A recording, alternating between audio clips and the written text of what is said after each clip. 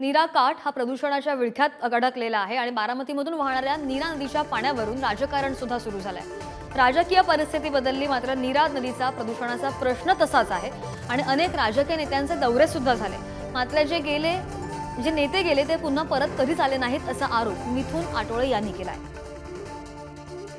नीरा नदीमध्ये जे वर्षानुवर्ष प्रदूषण होतंय त्याचं सगळ्यात महत्त्वाचं कारण म्हणजे वरून जरी आता तुम्ही तर फलटणमध्ये असणारा जो कत्तलखाना आहे तो, काही खाजगी दूध संघ आहेत त्याच्यातून जे रसायन मिश्रित पाणी येतं केमिकल युक्त ते, आणि नंतर सोमेश्वर कारखाना असेल किंवा ते जुबलिकंट कंपनी असेल आणि माळेगाव कारखाना, या सहकारी साखर कारखान्यांचं पाणी या ठिकाणी थेट नीरा नदीमध्ये सोडलं जातंय कुठलीही प्रक्रिया न करता। त्याच्यामुळे नीरा नदीचं पाणी हे गटारीसारखं झालेलं आहे। दुर्गंधी जे तुम्ही बघता आता वास येतोय, पाण्यामध्ये एकही मासा नाही, जीवजंतू नाही, शेती नापीक होत चाललेली आहे, रोगराई वाढली, लोकांमध्ये कॅन्सरसारखं प्रमाण वाढत चाललेलं आहे। ह्या गोष्टी याच्यामुळे होत आहेत।